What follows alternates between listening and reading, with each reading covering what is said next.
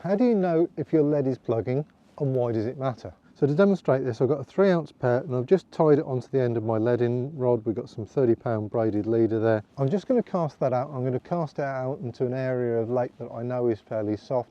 I'm not going to feather it, I'm not going to control it, I'm just going to fire it into the water and then wind down and see what we got. Flick this out into a nice silty area. No control on the cast, we're just going to let it fly. Boom. Lovely.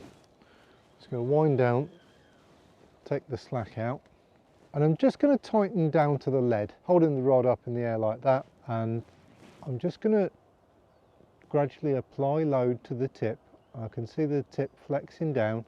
I've moved the reel 2 centimetres and it's loading up, and I know that that lead is plugged. Just by doing that, that's already plugged. And I'm going to have to apply some more load. I'm using a 9-foot 3.5 pound scope here, so it's a fairly beefy rod. I can just start to feel the lead moving. There we go, it's moved, and yeah, it's fully unplugged. I had to move that lead about a foot at this end in order to get it out of the silt. So yeah, that was plugged at a decent way in. There's no way that you want to be fishing like that, no matter what rig you've got on, because it means that the lead is going to have towed your bait and your hook deep into that silt. It's not fishing, it's never going to be fishing, you're not going to catch a lot doing that. Now, that was a worst case scenario. It was a 3-ounce lead, there was no control, no feathering, no drag, no stopping the lead in flight, there was no rig, there was no bait, there was no PVA to slow this down at all. But this is the result. If you're fishing a lake with a big lead, a distance lead or pair lead, something like that, with a bait, maybe a small bait, and you're casting it out, and if you're not controlling that lead in flight as it enters the water, then if you're fishing into silt of a reasonable depth, then that rig is going to be disappearing and you really might be struggling for results. If that is you and you are struggling, then that's probably why you're struggling. Your rig is buried, the carp can't find it. So how do we fix that? So I'm going to use exactly the same setup. I've put a casting glove on because this is my leading rod and I'd like to keep some skin on the end of my finger. The first cast I'm going to do is I'm going to do a feather and then a trap just before the lead hits the surface of the water. And that is going to reduce the impact speed of the lead as it swings down and hits the silt. I'm then going to do the same plug test and see whether I fix the problem. Start to feather now, trap it, bump. Didn't quite feel the thud. That's a good 80 yards that's travelled, mind. We've got a bit of a crosswind there and it's quite shallow. So I added some control. I've taken the slack out of the line and I'm then going to load up the rod tip, and he's already moving, it's already moving. Yeah, he's just in the top layers of the silt. Yeah, no plugging. There was a little bit of drag on the lead, but it didn't plug. When I applied the force, you can tell when it's plugged because there's a sudden release of the rod tip. If the rod tip stays at a constant flex, and that constant flex depends on the nature of the silt. Silt varies a lot in terms of viscosity in depth, but if it just loads up and stays loaded up, then the lead didn't plug. So in this scenario, even just with a bare lead, no PVA, no rig, just by slowing the lead down as it arrives at its destination with some feathering, trapping the lead before it impacts the water, I've decelerated the lead enough to soften the impact on the silt. And this is the control mechanism that we use against lead plugging. So what is feathering? What am I actually doing? All I'm doing when the lead is in flight, I'm changing the position of this index finger and I'm moving it closer to the line. The line is going to be ripping off the spool like that. I'm just letting the line tick by my gloved finger. It'll go tick, tick, tick, tick, tick, makes a little bit of a funny noise. And the closer my finger gets to the lip of that spool, the more drag I add to the line in flight. When I do the final trap, I close the distance off and the line goes round, it stops. That's the trapping action. But when I have a small gap between the spool and my finger, that's the feathering action. So I'm going to be casting the same distance, but I'm using a different lead with tubing, with a rig, and same size lead, but there is going to be a difference. The shape of the lead makes a big difference. This is a big flat pair, large amount of surface area, and this lead is going to fall through the water a lot slower. Yeah, you're going to have a little bit of extra deceleration effect from the rig, but a big part of the effect is the different shape of lead. Right, same line, same spot, same range. Gonna have to give it a bigger whack. Bonk. So there was no feathering at all. I'm going to wind down and we're going to see if that lead is plugged in any way. Take the slack out the line there. Try and make contact with the lead. And no, the lead's gliding across the top. Wow. So even with no control, no nothing, no feathering, if you're fishing a silty water and you're struggling, your lead to plug in and you want a simple solution, change your lead shape. It's not just the lead size, it's the lead shape that makes a big difference. Go for something large and flat. A tri-lobe would be another option if you needed to use a swivel lead, but if you can use a big flat inline lead, then they float down really gently, land on the surface of the silt and basically refuse to plug. So the go-to solution for stopping leads from plugging has always been to use a helicopter rig. So why not just use a helicopter rig? Well, of course I've tested helicopter rigs and I've tested helicopter rigs against running rigs.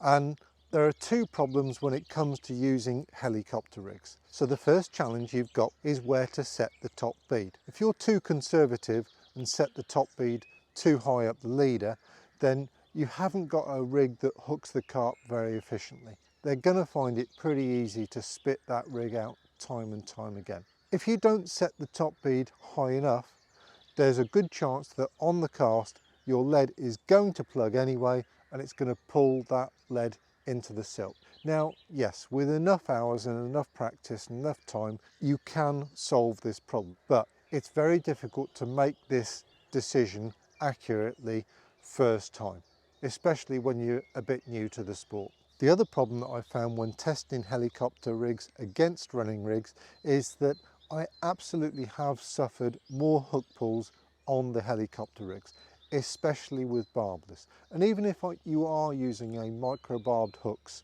I've certainly seen customers suffer more hook pulls using a helicopter setup versus a running rig setup. So how can I be so confident that running rigs are all you need even when you're fishing in silt? Well, I've basically only fished with running rigs for the last 15 years.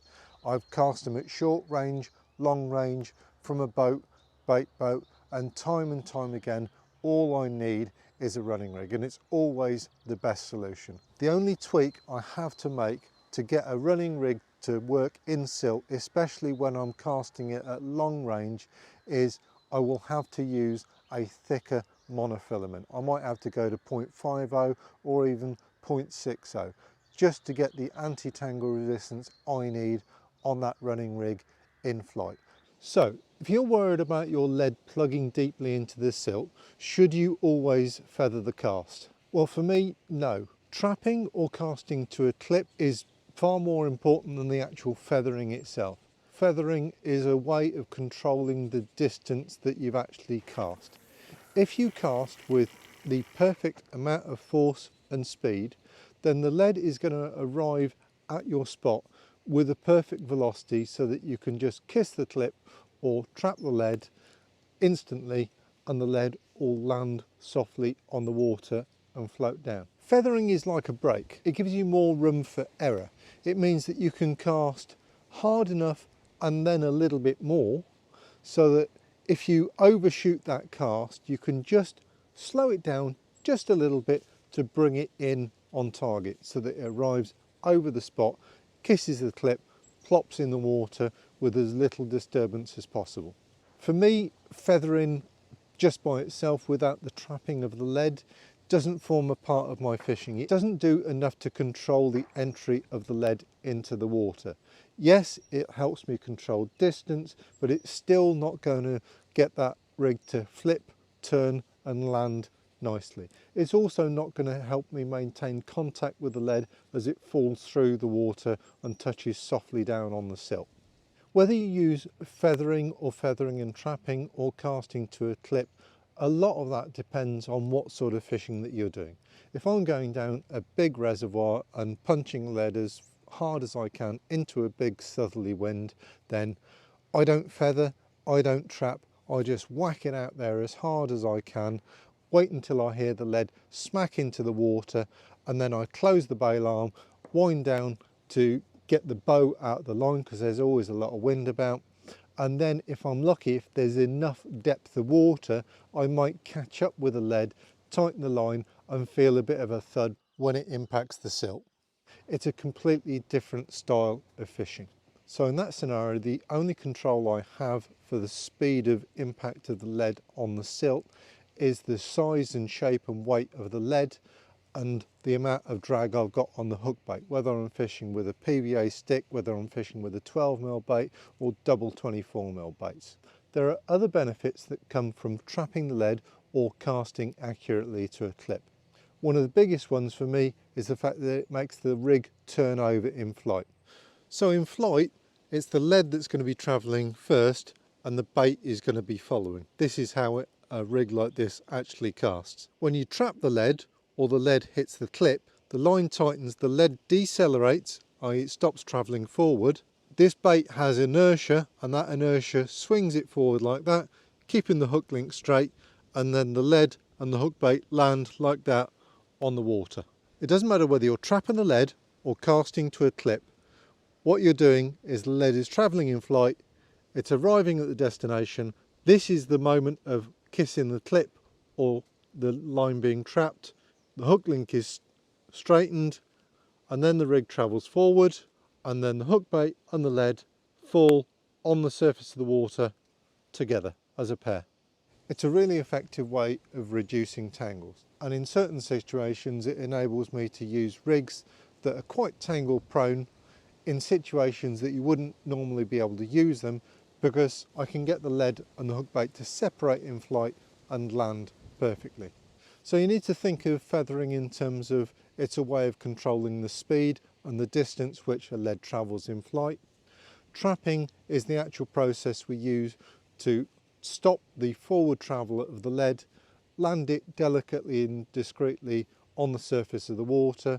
It also reduces tangles and it helps us to maintain contact with the lead as it's falling through the water, and it will land with the minimum velocity possible on the silt, given any rig and bait configuration. Something else to bear in mind is that the fishing line that you're using and whether you're using a leader or not has an impact.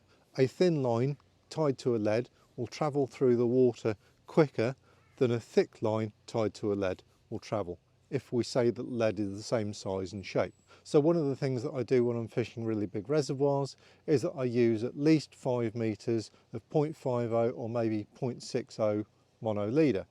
Now I do need this leader to absorb the shock of the cast, and I need it for abrasion resistance as well. I could use a braided leader, but I'd rather use a heavy duty mono snag leader because it's thicker, and a thicker leader means that the lead is hitting the silt with a lower velocity, and that reduces plugging. So there are lots of factors at play.